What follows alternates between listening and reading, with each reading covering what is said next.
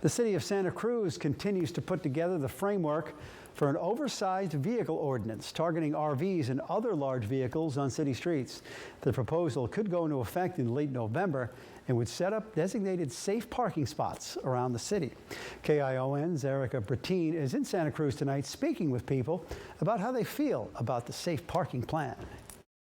Santa Cruz is a desired place to live, but RVs parked along the street can be an unwelcome sight.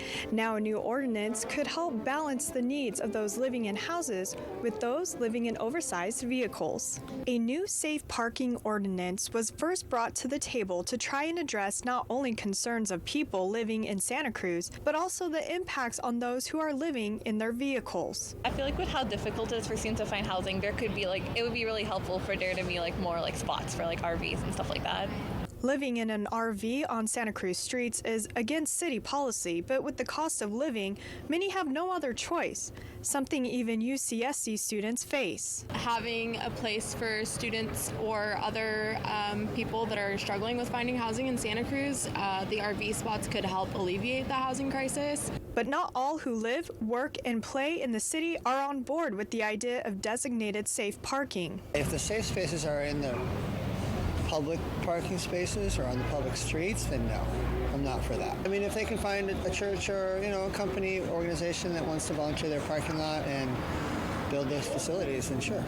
People shared with council members a number of concerns about people living in large vehicles, one being the environmental impacts such as gray water being dumped into the sewers and going into waterways. Another issue was sanitation and trash collecting around parked vehicles. There are also concerns about some criminal activity and noise complaints. This ordinance was intended to make clear what the acceptable time, place, and manner for people staying in oversized vehicles overnight would be. Though the safe parking program is in the early stages of planning, it will start with at least 30 spaces, giving people a place to go in the evenings, and will provide some support services.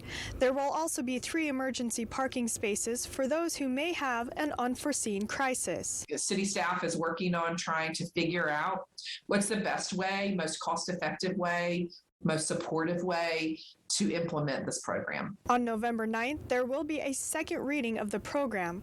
With final approval, within 30 days, the ordinance will be implemented. As the city sets this program up, they will be in contact with any residents that may be impacted and listen to their concerns. Reporting from Santa Cruz, Erica Brettine, KION News Channel 546.